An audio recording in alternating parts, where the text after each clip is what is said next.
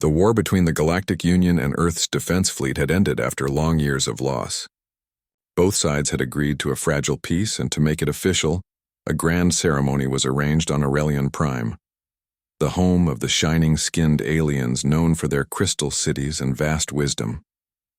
The air was filled with tension as ships from Earth landed on the marble platforms of the royal capital.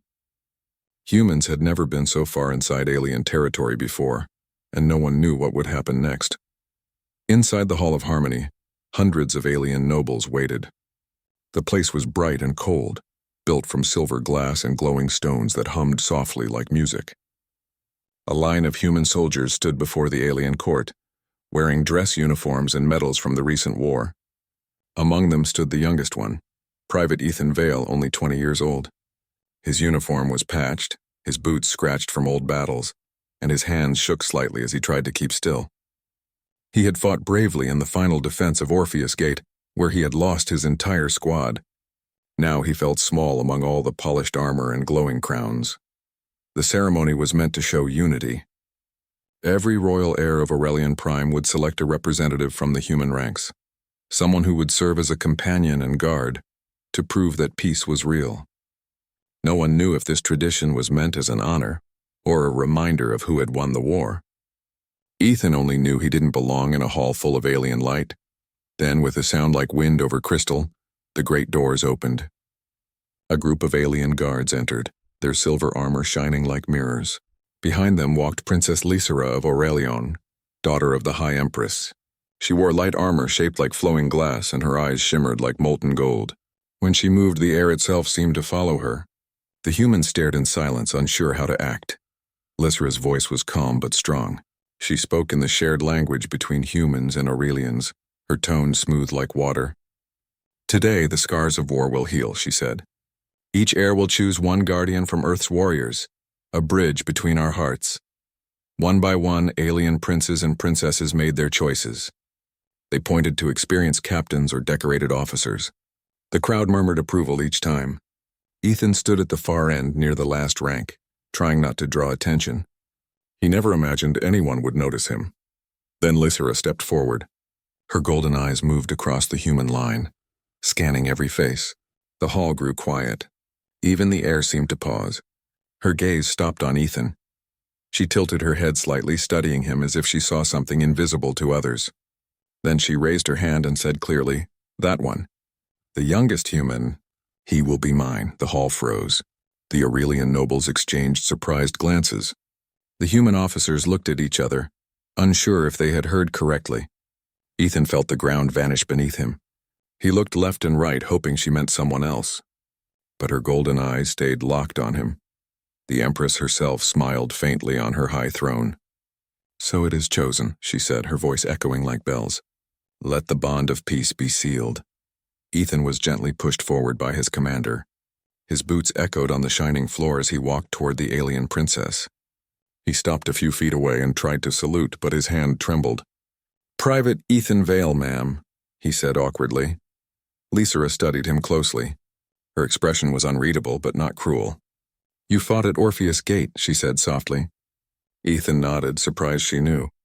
"You stood alone after your squad fell."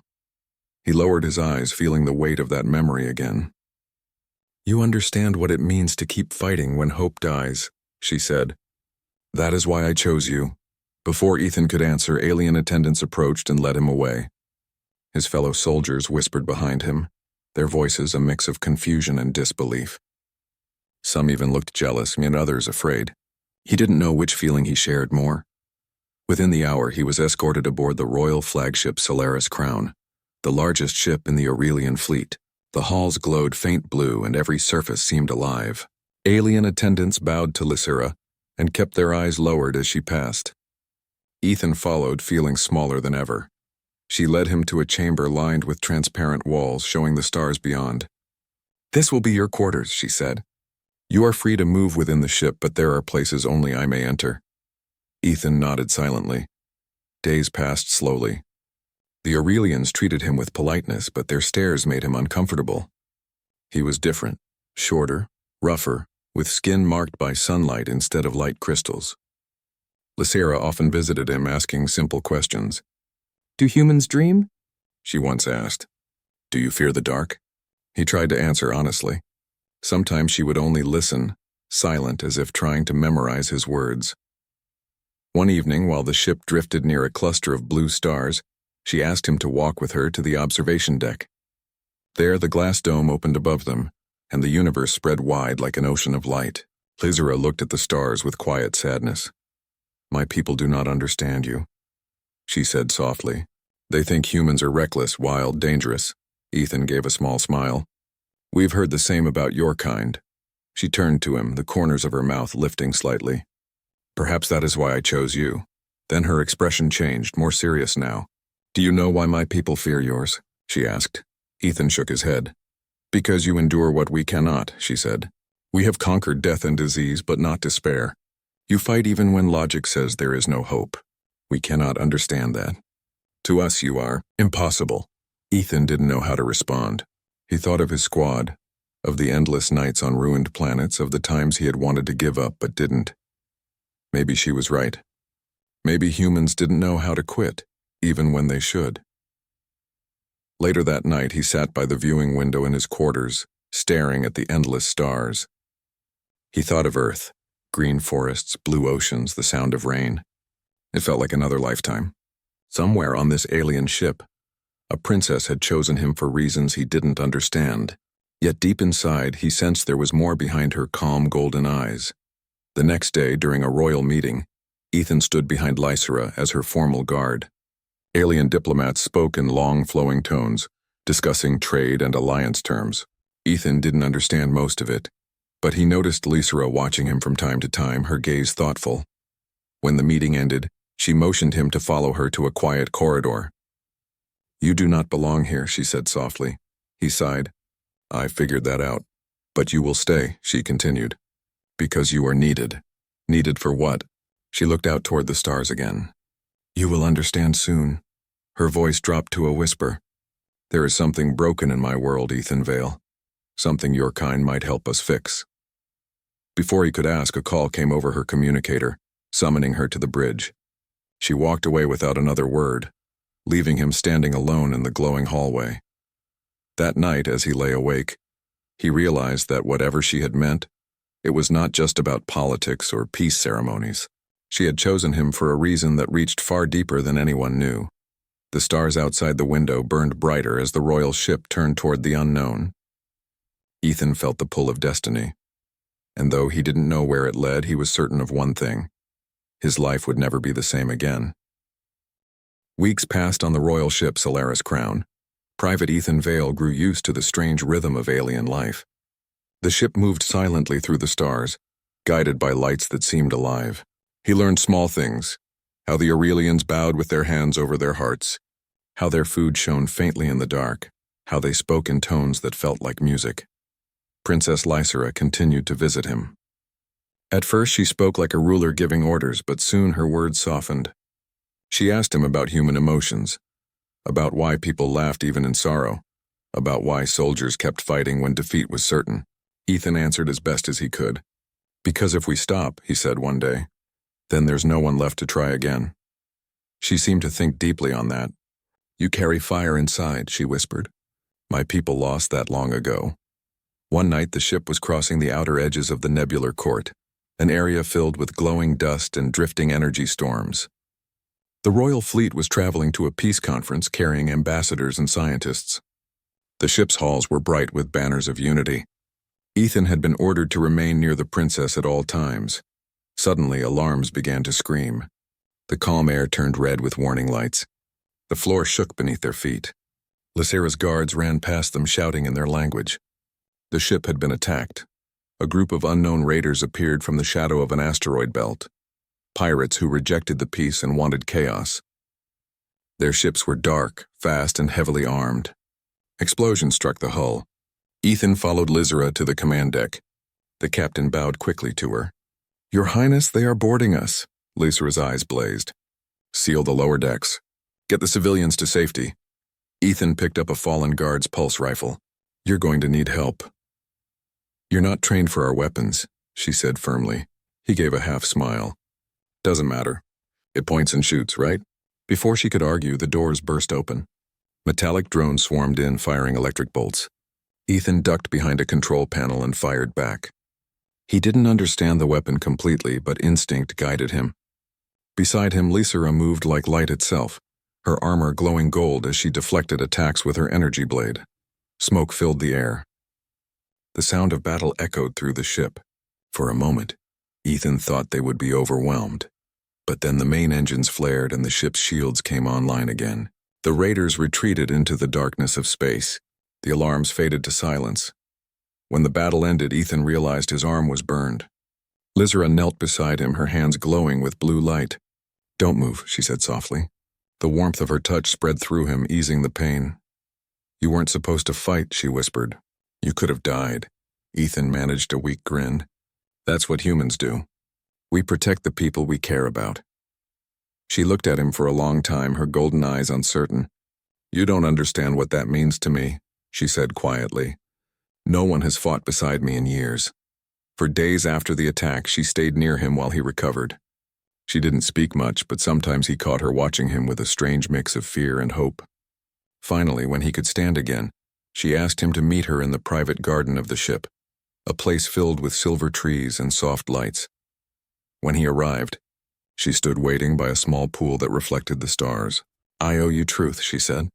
"You deserve to know why I chose you." Ethan frowned slightly. "I thought it was just a ceremony." "It was not," she said. "My people are dying. For centuries we have used cloning and perfect genes, but perfection has become our curse. We cannot create new life anymore. We are fading slowly.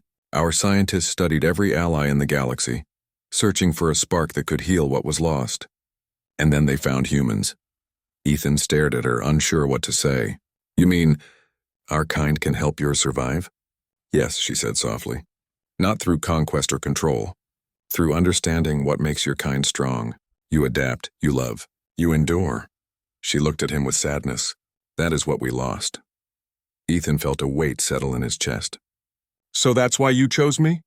"At first, yes," she admitted. "But after seeing you fight for people you barely know, after hearing how you speak of your world, I began to see more. You are not just a soldier. You are the key to reminding my people what it means to live." Before he could answer, the garden lights dimmed. The Royal Empress appeared in a holographic form above the pool. Her voice filled the air like thunder. "Lysera, enough secrecy. Bring the human forward." Ethan stepped back. Lysera's expression turned cold. "Mother, he saved this ship. He is not to be treated as a subject. He is the reason we might survive," the Empress said sternly. "Do not confuse duty with sentiment." Lysera's hands tightened. "He is more than duty. He is proof that we can still change." The Empress's image flickered, then vanished. The silence that followed felt heavy. Ethan looked at Lysera. "You stood up to your own mother for me." "I stood up for hope," she said. "My people have forgotten what that word means." The next days were filled with whispers. Many in the royal court were angry at Lysera's defiance. They said she had betrayed their traditions. Others, especially younger officers, began to question their old ways. Some even saluted Ethan when he passed by. Then, without warning, a civil uprising began on the outer colonies. Aurelian fleets loyal to the old system moved against the royal house, believing the Empress had gone too far in her peace with humanity. The Solaris crown was ordered to return home for defense. As the ship prepared for battle, Ethan stood beside Lysera on the bridge. "You don't have to fight your own people," he said quietly. She looked at him with calm strength. "If we don't fight for what is right, we lose everything anyway." The battle in orbit around Aurelian Prime was fierce. The rebel fleets surrounded the planet, but the royal ships held the line. Ethan helped coordinate defense units using human strategy to predict enemy movements. Lysera led from the front, her golden armor shining like a beacon. When the tide turned, both humans and Aurelians fought side by side. When the smoke cleared, silence returned to space. The rebellion was over. The cost was high, but the Empire had survived. A few days later, a great summit was held in the Hall of Harmony, the same place where Lysera had first pointed to Ethan. Representatives from Earth and Aurelion stood together. The Empress rose and spoke in a voice that carried through every hall and broadcast across the stars. "For centuries we sought perfection," she said, "and it brought us to the edge of extinction. The humans taught us something greater. They endure. Through them, so shall we. The entire hall stood in silence, then thundered with applause. Ethan looked toward Lysera. She stood beside him, her eyes bright with emotion. "You changed everything," he said softly. She shook her head. "No, we changed each other." As the ceremony ended, they stepped onto the palace balcony. Below them, humans and Aurelians walked together for the first time, not as enemies but as allies. Ethan breathed in the cool air and looked at the horizon, where twin suns were setting over the crystal towers. "So what happens now?" he asked. Lysera smiled faintly. "Now we build a new world, one where courage and compassion guide both our kinds." He nodded. "Then I guess I'm staying." She turned to him, her golden eyes soft. "You were never just a guest, Ethan Vale. From the moment I said, 'That one will be mine,' I meant it in every way that truly matters." They stood together, watching the stars as the first day of peace began. A peace built not by power but by the unbreakable heart of humanity.